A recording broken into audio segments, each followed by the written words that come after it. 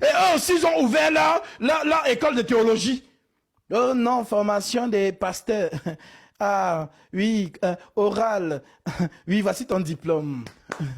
Tu es devenu pasteur. Et il prend le diplôme, il met dans un cadre doré, il affiche ça dans sa soi-disant église ou dans son bureau.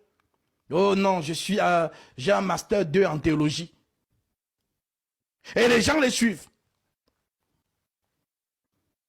Mais nous, lorsque le Christ a établi, frère, quand tu parles, on sent la maîtrise. Parce que nous parlons en 4 dimensions. Doctrine, révélation, connaissance et prophétie. Lorsque ces gens m'écoutent, j'ai rencontré un, on s'est croisés, et c'est là que je me dis, non, il faut que je commence à marcher avec la capuche.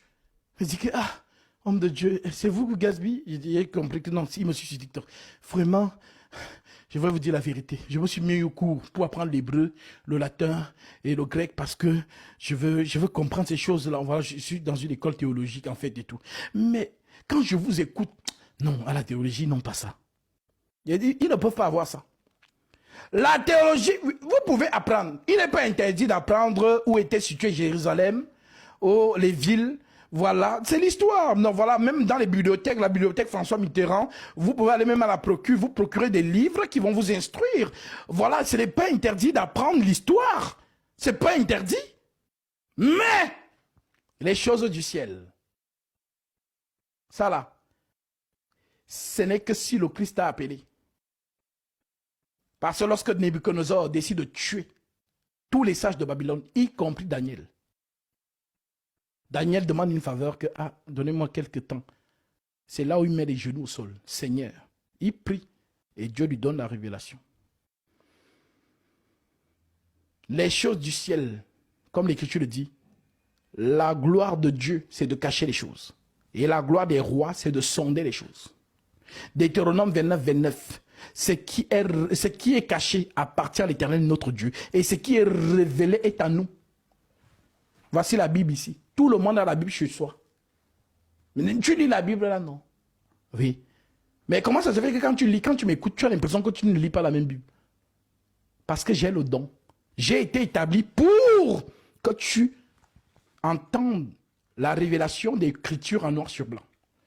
Voilà pourquoi quand tu écoutes mon ministère s'exprimer, tu te dis, mais je n'ai jamais entendu ça. Oui, oui, parce que les choses de Dieu sont des choses que l'œil n'a point vues, que l'oreille n'a point entendues et qui ne sont pas montées dans le cœur de l'homme. Des choses que Dieu a préparées pour ceux qui l'aiment. Dieu nous les a révélées par l'Esprit, car l'Esprit sont de tout, même les profondeurs de Dieu.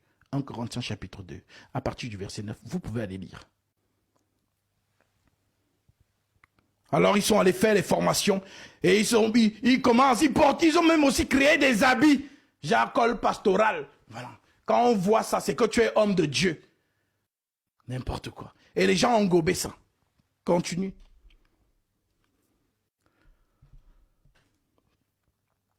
Alors Pierre se présenta avec les 11 et éleva la voix et leur parla en ces termes. Hommes juifs, vous qui séjournez à Jérusalem, sachez ceci et prêtez l'oreille à mes paroles, dont les 12 dont se lèvent. Et commence donc à dispenser la parole, selon ce que Christ leur a dit. Jean chapitre 20, verset 21. Jésus dit, Jésus leur dit de nouveau, la paix soit avec vous. Comme le Père m'a envoyé, moi aussi je vous envoie. Après ces paroles, il souffla sur eux et leur dit, recevez le Saint-Esprit. Et tu vois les totaux spirituels, les soi-disant hommes de Dieu, ils veulent aussi faire la même chose. Je veux souffler dans le micro. Recevez. Non, ils ne peuvent pas faire ça. Voilà, parce qu'il n'y en a qu'un seul qui donne le Saint-Esprit, c'est Jésus-Christ. Voilà. Donc lorsqu'on dit, il souffla sur eux, c'est pour accomplir ce que Jean-Baptiste a dit.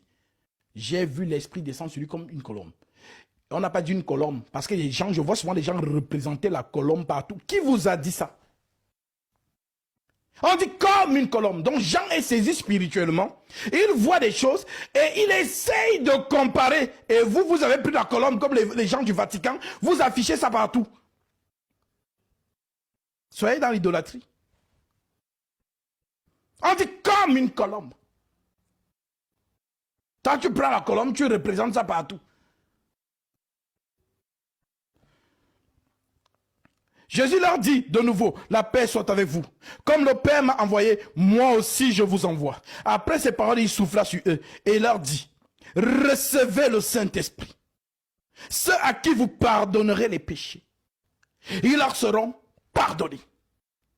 Ceux à qui vous les retiendrez, ils leur seront retenus. Ça veut dire quoi? Avez-vous donc vu les apôtres balader dans les rues de Jérusalem comme ça? Oui, salut. Oui, je pardonne tes péchés. Toi, passe. Je ne pardonne pas tes péchés. Oui, je pardonne tes péchés. Oui, je pardonne tes péchés. Vous avez vu qu'ils faisaient ça? Non. Mais c'est quoi pardonner les péchés et retenir les péchés? Ceux à qui vous pardonnerez les péchés, ils leur seront pardonnés. Ceux à qui vous les retiendrez, ils leur seront retenus. C'est ça que Jésus dit dans Matthieu 16. Ce que tu liras sur la terre sera lié dans les cieux. Et ce que tu délieras sur la terre sera délié dans les cieux. Qu'est-ce que cela veut dire? Ça veut dire quoi? Alors nous allons vous montrer ce que ça veut dire. Pardonner les péchés. Ceux à qui vous pardonnerez les péchés leur seront pardonnés. Je vais vous montrer ça. On retourne dans Acte 2. On lit. Voici ce qu'on appelle pardonner les péchés.